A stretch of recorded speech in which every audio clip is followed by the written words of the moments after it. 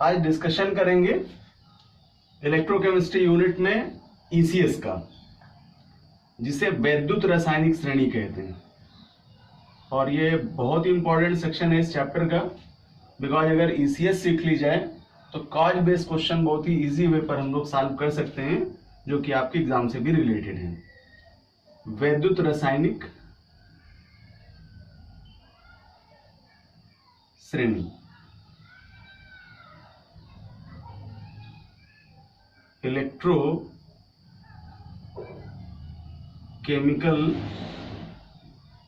Series, और short symbolize करें तो इसे ईसीएस कहते हैं। Most important question for you, what is ECS? Give rise the qualitative properties of ECS, what are the main features of ECS, right also the application of ECS. This type of question belong this topic. तो previous class में हम लोगों ने electrode potential पढ़ा और reaction of cell के माध्यम से electrode potential, standard electrode potential and redox potential को एक्सप्लेन किया था। एक सेल में होने वाले रिएक्शंस को हम लोग जान पाए कि ये टू टाइप्स के रिएक्शन मैकेनिज्म देते हैं। One part is known as oxidation reaction and other is known as reduction. तो रिडक्शन से जो पोटेंशियल क्रिएट होगा उसे E नॉट ऑफ रेड कहते हैं, means reduction, standard reduction potential कहते हैं।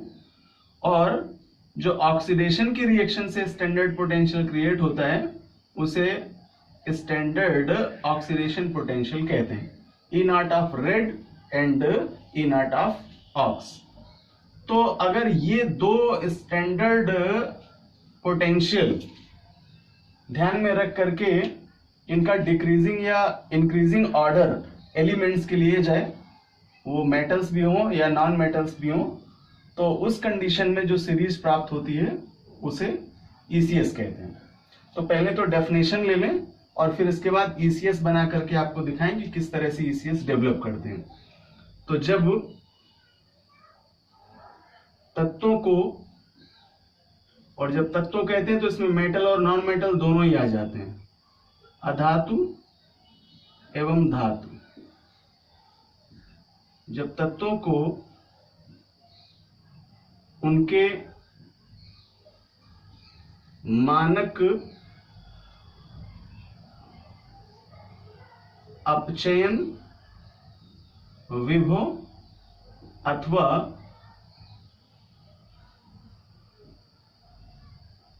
मानक ऑक्सीकरण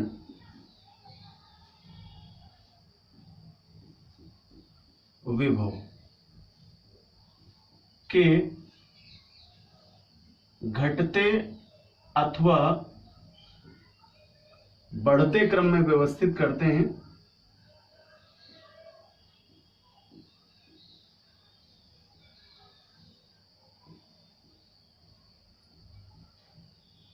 तो इससे प्राप्त श्रेणी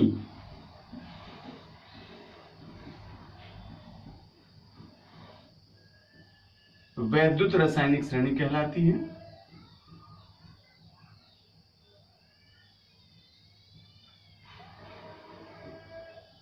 ये तो हो गई ईसीएस की डेफिनेशन, और यहां पर मैंने माइंडसेट करा दिया आपको कि एक तो है आपका मानक अपचयन विभव और यह दूसरा क्राइटेरिया है oxidation potential, E naught of red और ई नॉट ऑफ ऑक्स। तो इस तरह से ईसीएस को डेवलप करते हैं। So we says that when elements metal और non metal are arranged in an order on the basis of their standard oxidation potential or standard reduction potential, the series obtained is called electrochemical series, also called electromotive series and also called reactivity series. तो इसे इन तीनों नामों से जानते हैं। तीनों नामों में मैंने फर्स्ट नॉमिनेशन किया है इलेक्ट्रोकेमिकल सीरीज और सेकंड नॉमिनेशन किया है इलेक्ट्रोमोटिव सीरीज, और जबकि थर्ड नेम है इसका रिएक्टिविटी सीरीज। तो अब सबसे पहले हम ये जान लेते हैं कि कैसे एलिमेंट्स के लिए ये ऑक्सीडेशन और रिडक्शन पोटेंशियल मेजर किए जाते हैं। तो एक एग्जांपल ले लें और उससे जान लेते हैं कि ये किस तरह से हम किसी क्वेश्चंस के लिए आइडेंटिफाई कर पाएंगे कि जो पोटेंशियल है वो ऑक्सीडेशन का है या रिडक्शन का है, और फिर इसके बाद सीरीज मेकिंग सीख लेते हैं। According to the category of reaction, we know that two type of reactions are available. One type of reaction is known as oxidation reaction, और इस रिएक्शन से जो पोटेंशियल क्रिएट होगा उसको बोलेंगे inert of aux.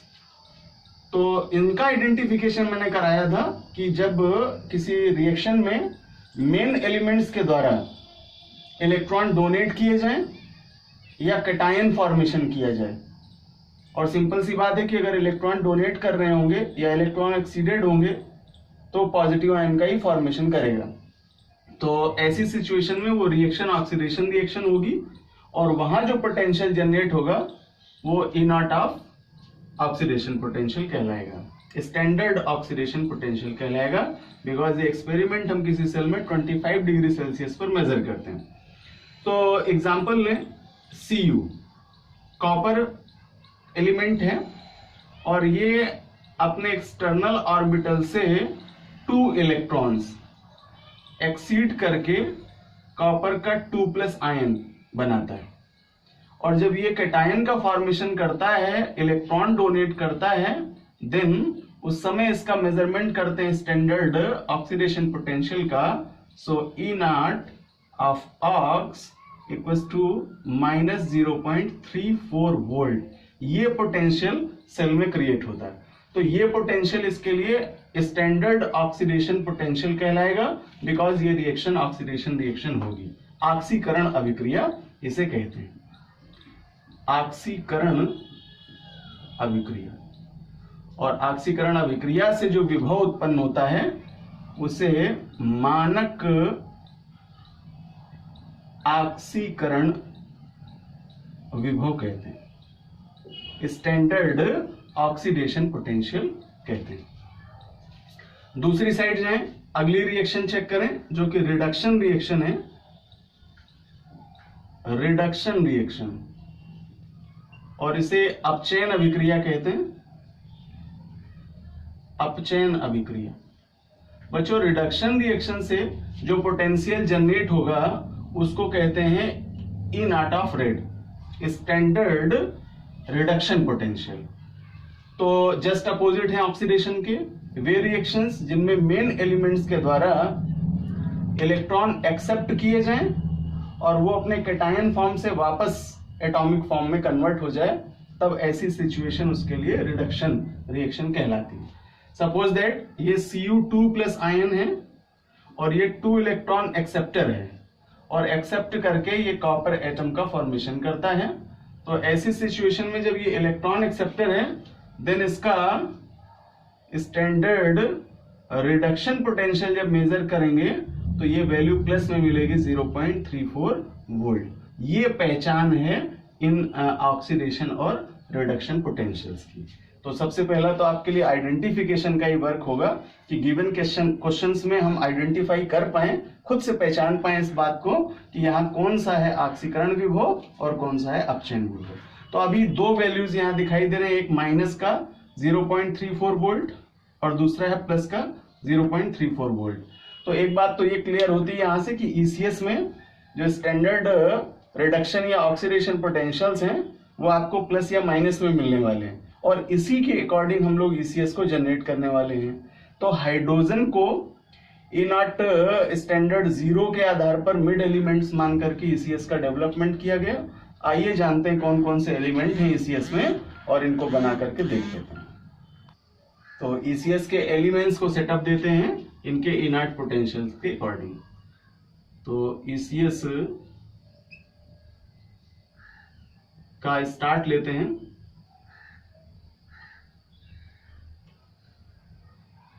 Element lithium से, lithium, potassium, barium, strontium, calcium, sodium, magnesium, aluminium, manganese, zinc, chromium, iron, cadmium, cobalt, nickel, tin,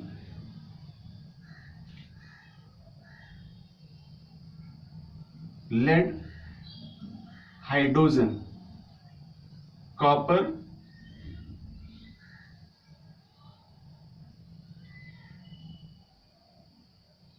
mercury, silver, platinum and gold. बच्चों ECS के ये मेन एलिमेंट्स हैं जिनको इसी ऑर्डर में आपको लर्न करना होगा, और बहुत अच्छे से जब इनका आप प्रिपरेशन कर लेंगे देन आप ईसीएस के क्वेश्चन सॉल्व कर पाएंगे। मैंने हाइड्रोजन को यहाँ इसलिए मार्क किया है क्योंकि ये ईसीएस का मेन एलिमेंट है, और ईसीएस में इसका जो इनॉट पोटेंशियल वैल्यू है वो 0 होता है। इसलिए मैक्सिमम क्वेश्चन ईसीएस के जब हम देते हैं तो उस समय हाइड्रोजन के सापेक्ष यानी कंपेयर ऑफ हाइड्रोजन को बेस मान करके ही इनका आंसर्स देते हैं। तो अगर एलिमेंट को हम नॉमिनेट कर दें, then lithium, potassium,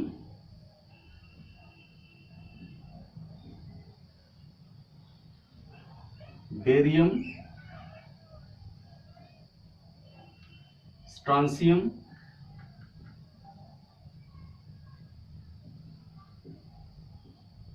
calcium,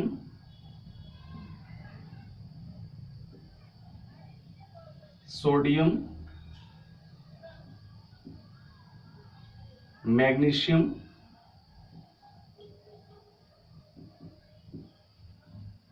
aluminium,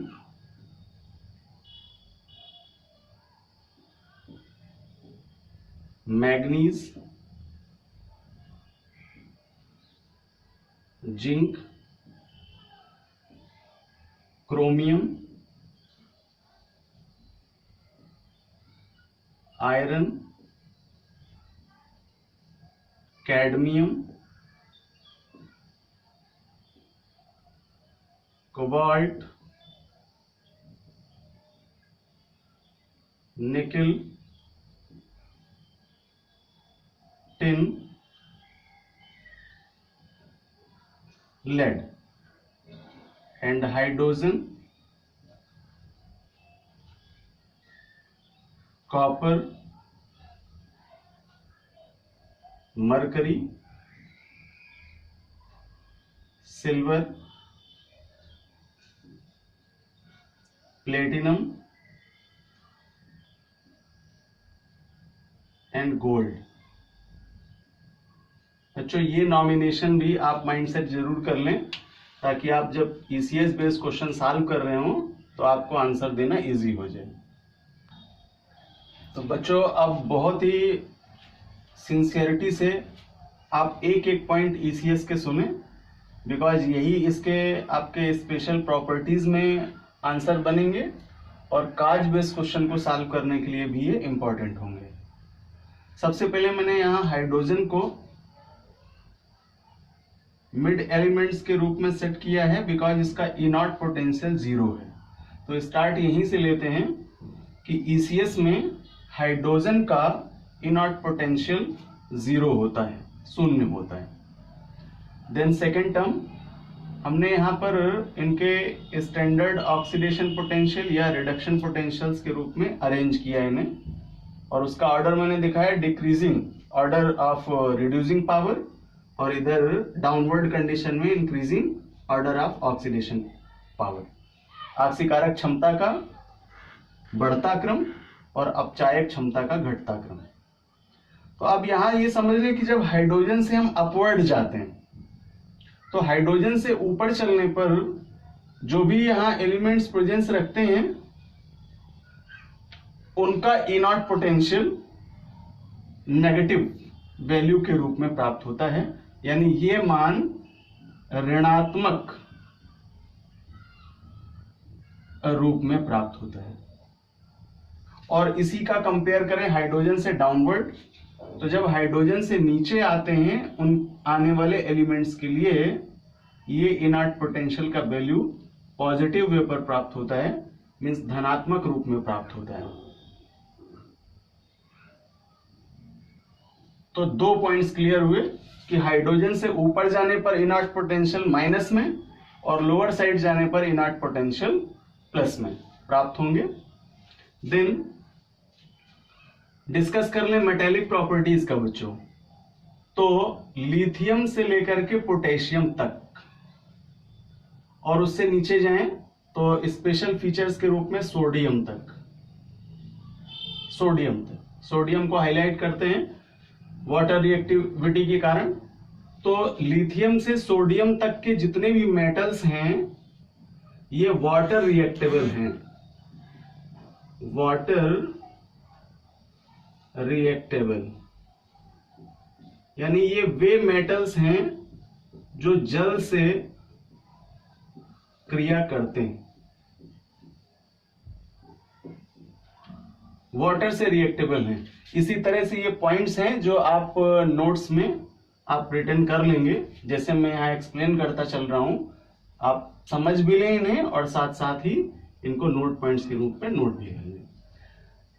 और मैंने सोडियम को यहाँ हाईलाइट किया इसलिए बिकॉज सोडियम ऐसा मेटल है जो कोल्ड वाटर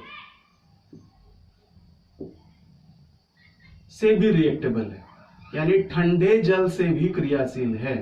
तो सोडियम ऐसी धातु है ECS में, ऐसा मेटल है जो कोल्ड वाटर से भी इजिली रिएक्ट कर लेता है। And next point for activity of acids. तो बच्चों हाइड्रोजन से ऊपर के जितने भी मेटल्स हैं ये एसिड रिएक्टेबल हैं। Upward metals are reactable with acids। जो भी आपके हाइड्रोजन से ऊपर के मेटल हैं ये वाटर से तो स्पेशली रिएक्ट करते हैं लिथियम टू सोडियम तक के, लेकिन जब कंपेयर करते हैं इनका एसिड से तो ऊपर की धातुएं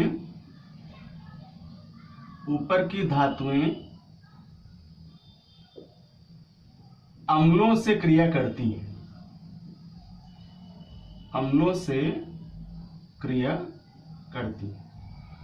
react with acid. Most important point है बच्चों, बिकॉज जब केमिकल रिएक्शंस दिया होगा यहां और आपसे आइडेंटिफाई कराएगा reactions, given reactions is possible और नॉट, देन ये पॉइंट बहुत हेल्पफुल होगा आपके लिए आंसर देने में। बस ये आप सेट कर लीजिए, माइंड सेट कर लीजिए पॉइंट्स को कि वे मेटल्स जो ECS में हाइड्रोजन से अपवर्ड हैं, ऊपर हैं, वे सब इनसे एसिड से रिएक्ट कर लेते हैं और रिएक्ट करके हाइड्रोजन गैस रिलीज करते हैं।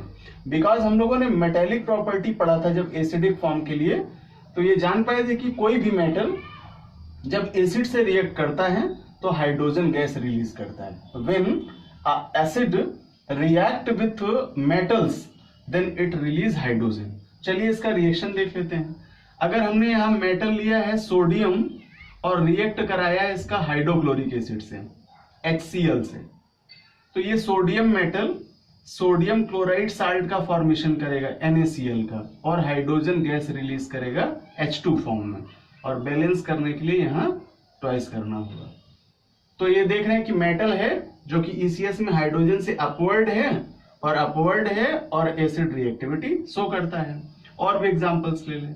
सपोज दैट पोटेशियम का रिएक्ट करा दें सल्फ्यूरिक एसिड से H2SO4 से, और ये साल्ट प्रोड्यूस करेगा K2SO4 पोटेशियम सल्फेट और हाइड्रोजन रिलीज करेगा H2।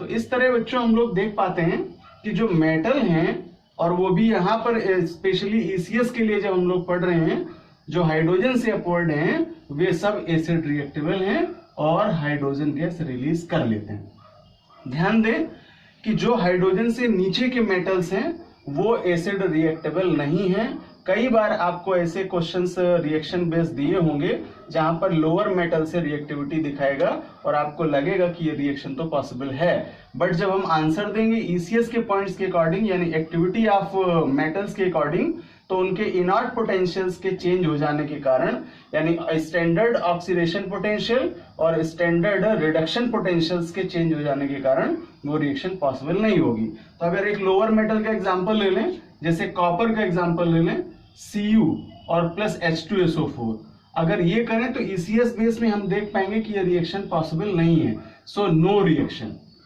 तो ये इस तरह से ये पॉइंट सर्टिफाइड होता है कि ईसीएस में हाइड्रोजन से ऊपर के जो मेटल्स हैं वो एसिड से रिएक्ट कर लेते हैं, जबकि लोअर साइड के जो मेटल्स हैं वो एसिड रिएक्टिविटी शो नहीं करते हैं, जिसके कारण ये केमिकल रिएक्शंस कंप्लीट नहीं कर पाते हैं। डिस्कस करते हैं नेक्स्ट प्रॉपर्टी का। देन बच्चों ईसीएस में Hg मीन्स मरकरी या पारा ऐसा मेटल है जिसका स्टेट लिक्विड है, मीन्स द्रव धातु के रूप में इसकी उपस्थिति होती है। और जब नॉमिनेट करते हैं तो कई ऐसे मेटल्स हैं जिनको सब नॉमिनेशन से भी जानते हैं। तो आइए कुछ मेटल्स हैं जिनके नाम जान लेते हैं। जैसे मरकरी को पारा धातु के नाम से जानते हैं, और सिल्वर के लिए क्वेश्चन में नॉमिनेट करेंगे चांदी से, और गोल्ड के लिए सोना। ये इनके सब नॉमिनेशंस हैं, इनको भी हमें जान लेना बहुत ही आवश्यक है बिकॉज क्वेश्चंस की लैंग्वेज में आपको ये मिलता है। और इसी तरह से आयरन के लिए जनरल नॉमिनेशन करते हैं, इसे लोहा कहते हैं। एंड जिंक को बच्चों जस्ता धातु कहते हैं।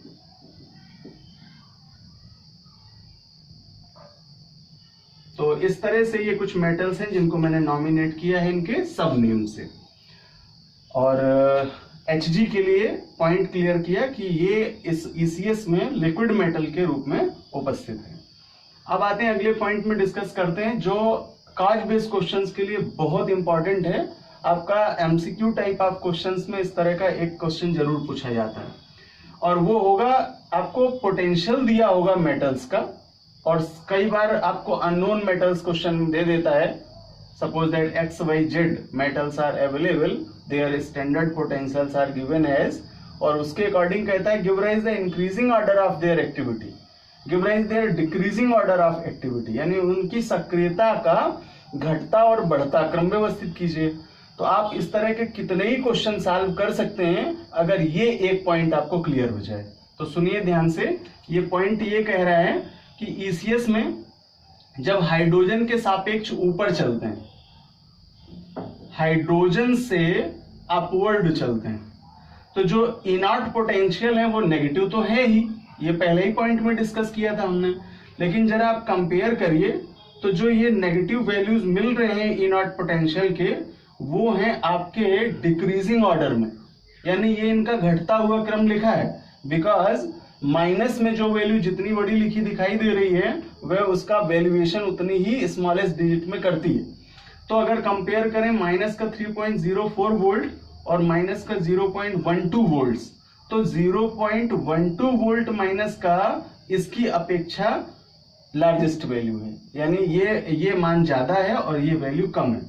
तो मैं ये कह रहा हूं कि जब हाइड्रोजन से अपवर्ड चलते हैं तो इनके इनर्ट पोटेंशियल्स नेगेटिव में जितना ही स्मॉलेस्ट मिलेंगे उस मेटल की एक्टिविटी उतना ही ज्यादा होगी। बस ये पॉइंट आप माइंड सेट कर लें, इस तरह के क्वेश्चंस को सॉल्व करने में आपको कोई प्रॉब्लम नहीं होगी। तो यहाँ पर हम देखते हैं कि लिथियम का जो इनर्ट पोटेंशियल है वो सबसे स्मॉलेस्ट है, तो इसी तरह से ये आपको अपवर्ड जाने पर डिक्रीजिंग ऑर्डर मिलता है। अगर अननोन मेटल्स दिए हों तो आप सॉल्व करते समय सबसे पहले उनकी ईसीएस डेवलप कर लें और उसके बाद फिर इजीली आंसर्स फाइंड आउट कर लें। अब चलते हैं हाइड्रोजन से डाउनवर्ड। तो अगर बच्चों हाइड्रोजन से नीचे की ओर चलते हैं तो हमें इनर्ट पोटेंशियल यहाँ पॉजिटिव मिलते हैं, यानी धनात्मक रूप में मिलते हैं। और जब पॉजिटिव मिलेंगे तो इनका इंक्रीजिंग ऑर्डर हम देख पाते हैं, जैसे कॉपर के लिए है प्लस का 0.34 वोल्ट, और फिर मरकरी के लिए 0.79 वोल्ट, सिल्वर के लिए 0.80 वोल्ट, ये सब प्लस में हैं। प्लेटिनम का प्लस का 1.20 वोल्ट और गोल्ड के लिए है प्लस का 1.50 वोल्ट। तो ये इनका इंक्रीजिंग ऑर्डर है और जैसे ही ये प्लस में इंक्रीज करेंगे वैसे ही इनकी एक्टिविटी डिक्रीज करेगी। जस्ट अपोजिट केस है। नेगेटिव वेपर जैसे जैसे वैल्यू डिक्रीज करेगी वैसे वैसे एक्टिविटी इंक्रीज करेगी, यानी सक्रियता बढ़ती है। तो हम कह लें कि ईसीएस में ऊपर जाने पर जो धातुओं की सक्रियता है वो बढ़ती है, इंक्रीज करती है, सक्रियता बढ़ती है, इंक्रीज इन देयर एक्टिविटी। और जब लोअर साइड आते हैं, डाउनवर्ड साइड आते हैं, तो इनकी एक्टिविटी, सक्रियता घटती,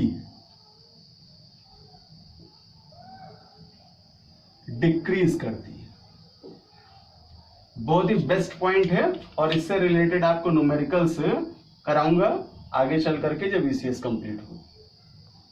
and last point for ECS features are characteristics. Silver का जो ऑक्साइड है बच्चों, वो यहां पर मोर देन डिस्ट्रॉयड है। सिल्वर का ऑक्साइड सबसे जल्दी विच्छेदित होने वाला है और इसे फार्मूले में लिखते हैं Ag2O, सिल्वर ऑक्साइड। और जब बच्चों ऑर्गेनिक केमिस्ट्री में हम लोग इसको पढ़ रहे होंगे एज ए रिएजेंट इसको पढ़ेंगे, इस फार्मूले को, और उस रिएजेंट का नॉमिनेशन करते हैं वहां टॉलेंस रिएजेंट। तो एक क्वेश्चन कि ईसीएस में कौन सा मेटल है जिसका ऑक्साइड सबसे जल्दी डिस्ट्रॉयड होता है, वो आपका आंसर देता है सिल्वर। और सिल्वर का ऑक्साइड है जो सबसे जल्दी विच्छेदित हो जाता है। तो ये तो ईसीएस के सारे फीचर्स थे, कैरेक्टर्स थे, और एक एक पॉइंट अपने आप में बहुत इंपॉर्टेंट है क्योंकि हर पॉइंट से रिलेटेड क्वेश्चंस बनते हैं और उसमें कार्ड बेस्ड क्वेश्चंस भी हैं, न्यूमेरिकल्स भी हैं और साथ में डायरेक्ट प्रॉपर्टीज या कैरेक्टर्स लिखने के लिए आपको आ जाते हैं। तो ऐसे ही आप, जैसे मैंने ईसीएस डेवलप की और ये पॉइंट्स दिए हैं, आप नोट्स बनाते समय एक एक पॉइंट्स ध्यान से सुन करके आप उनको कैरेक्टर्स के रूप में नोटिफाइड कर सकते हैं, लिख सकते हैं। अब बच्चों, जब ईसीएस हम लोग पढ़ चुके हैं यहां से, तो जानते हैं कि क्या इसका एप्लीकेशंस है या ईसीएस का इंपॉर्टेंस क्या है। तो इसी में आपके एप्लीकेशंस या इंपॉर्टेंट बेस्ड क्वेश्चंस हैं जिनको हम यहाँ पॉइंट्स के रूप में डिस्कस करेंगे और जानेंगे कि क्या क्या हम लोग यहाँ से फाइंड आउट कर सकते हैं वैद्युत रासायनिक श्रेणी की मदद से। तो ये हैं कुछ इंपॉर्टेंट एप्लीकेशंस जो कि ईसीएस के अनुप्रयोग के रूप में जाने जाते हैं। बच्चों, ईसीएस के द्वारा एलिमेंट्स की एक्टिविटी को जज किया जा सकता है, अर्थात तत्वों की सक्रियता को निर्धारित कर सकते हैं in the determination of reactivity of elements. धातुओं को उनके धन विद्युतीय गुण के निर्धारण में, in the determination of electropositive character of metals. और जैसा हम लोगों ने ईसीएस में देखा था, उनके इनर्ट पोटेंशियल को जब हाइड्रोजन से डिक्रीजिंग ऑर्डर में लिख रहे हैं, देन वो पोटेंशियल पॉजिटिव वेपर प्राप्त होते हैं। तो धनात्मक रूप से उनके धन विद्युतीय लक्षणों का निर्धारण करने के लिए ईसीएस इंपॉर्टेंट है। Then study of displacement reactions, विस्थापन की अभिक्रियाओं का स्टडी करने के लिए ईसीएस मोस्ट इंपॉर्टेंट है। और यहां से हम मेटल के ऑक्साइडों की स्टेबिलिटी को भी स्टडी कर सकते हैं। जैसे मैंने कहा कि सिल्वर का ऑक्साइड डिस्ट्रॉयड हो जाता है, इसी तरह से अदर मेटल्स के भी ऑक्साइड बनने की कैपेसिटी और उनके डिस्ट्रॉयड होने की कैपेसिटी का पता चलता है। So in the study of stability of metal oxide. Next, acid की रिएक्टिविटी का पता चलता है। और पॉइंट्स में मैंने एक्सप्लेन किया कि हाइड्रोजन से जो अपवर्ड मेटल है ईसीएस में, ये एसिड रिएक्टेबल हैं और अम्लों से क्रिया करके हाइड्रोजन गैस रिलीज करते हैं।